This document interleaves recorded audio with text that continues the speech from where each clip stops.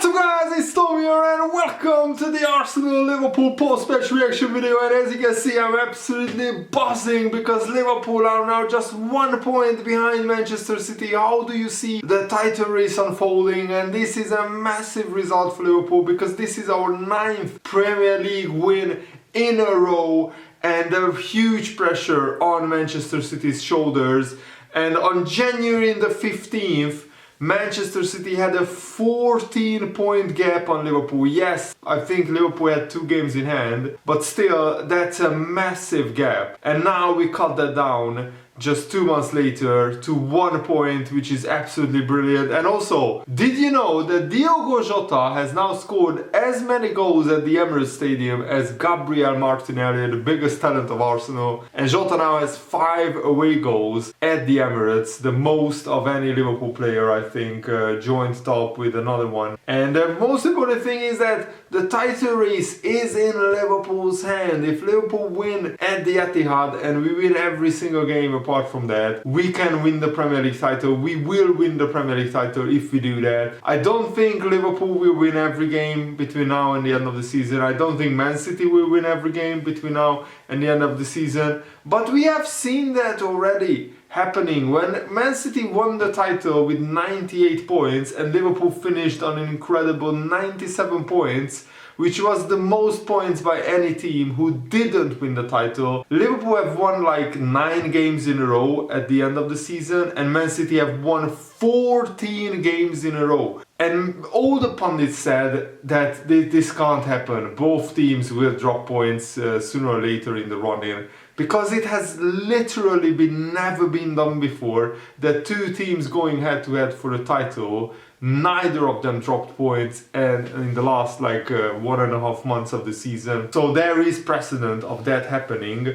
I don't want to write off Manchester City because they are still the favorites, even though Liverpool have all the momentum and Liverpool are 1 point behind Man City. Man City will play Liverpool at home. Liverpool still have to play Manchester United, Everton and Manchester City in the run-in. Man City's hardest game is Liverpool at home. All the other games are against not top 6 opposition. So the Man City is still the favorites, but now they have huge pressure on their shoulders.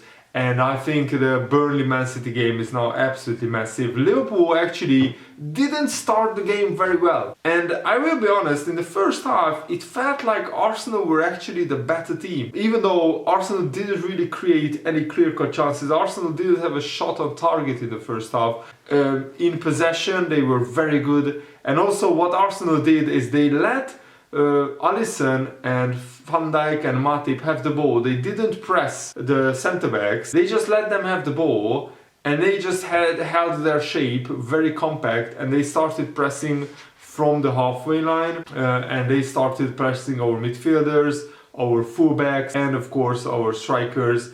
And Arsenal pretty much nullified Liverpool, but also Liverpool played into Arsenal's hands because we were sometimes too erratic in possession, not calm enough on the ball. We rushed things. Even Thiago couldn't really get on the ball and dictate the play. We were rushing things. We looked really nervous and really like the occasion got to us a little bit. And even though Arsenal, paused the first half, they didn't really create any clear-cut chances. Van Dijk had a big chance from a header, and also at the end of the first half, Liverpool had a huge chance where Sadio Mane was clean through on goal. Gabriel puts him under pressure, and he blazes it over the bar under pressure. And Mane didn't really have a good first half, but not the whole Liverpool team didn't. And in the second half, the game started very similarly.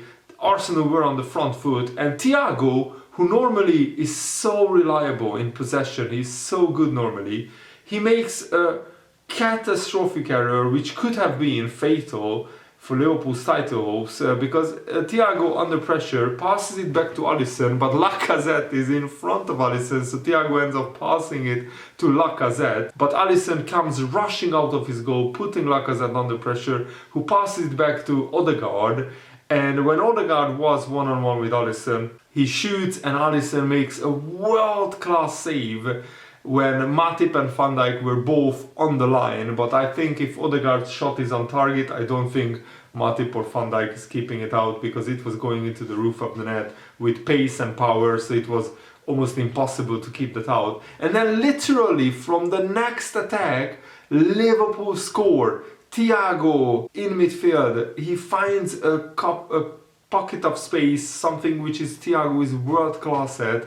And finally Arsenal didn't press Thiago for a moment. Thiago slips in Diogo Jota, who races clear. He goes to the byline, almost to the byline, and then he drills a low hard shot near post. It wasn't even perfectly into the corner, but Ramsdale gets his angles all messed up, he gets his angles all wrong, and he could only parry it into his own net. So basically the goalkeepers had a massive difference there. Alisson saving on one-on-one with Odegaard and Ramsdale failing to keep a shot which was at his near post. Yes, it was hit with pace and power, but still, if Alisson concedes there, if any goalkeeper concedes that, that's a goalkeeping error in my opinion. In the Premier League, you have to be almost perfect if you want to get a result against Liverpool or Man City, and Ramsdale was far from perfect there. And Jota scored, and the celebrations in the away end were absolutely brilliant. I loved every minute of it, that Jota goes out to the fans, Thiago goes out and celebrates like crazy, doing a crazy face. I love that picture of Thiago celebrating the first Liverpool goal. And Jota literally after he scored, he was taken off, Bobby Firmino came on, and Mo Salah came on for Luis Diaz, who wasn't as effective as he usually is, but that's because literally 3 Arsenal players were pressing and hounding Luis Diaz almost at every opportunity. And Salah and Firmino had a marvelous game when they came on, especially Bobby Firmino. I'm inclined to give Bobby Firmino the man of the match, even though he only played like 30 minutes. He was absolutely imperious, back to his absolute best. I really hope that we don't lose Bobby Firmino in the summer. I don't want Liverpool to sell any of Mane, Salah or Firmino, but we might have to part ways with one of them at least in the summer. But let's not even talk about that, let's not even think about that. Let's enjoy this Mane, Salah, Firmino trio while we still can, because now more and more Jota and Luis Diaz will start more and more games for Liverpool. But I think that Firmino was absolutely brilliant.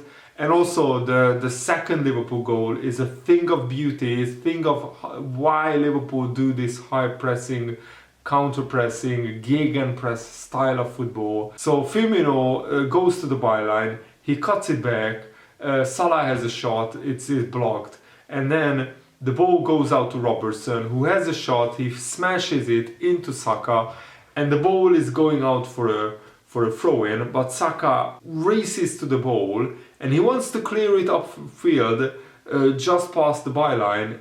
Of course, the ball is still in play.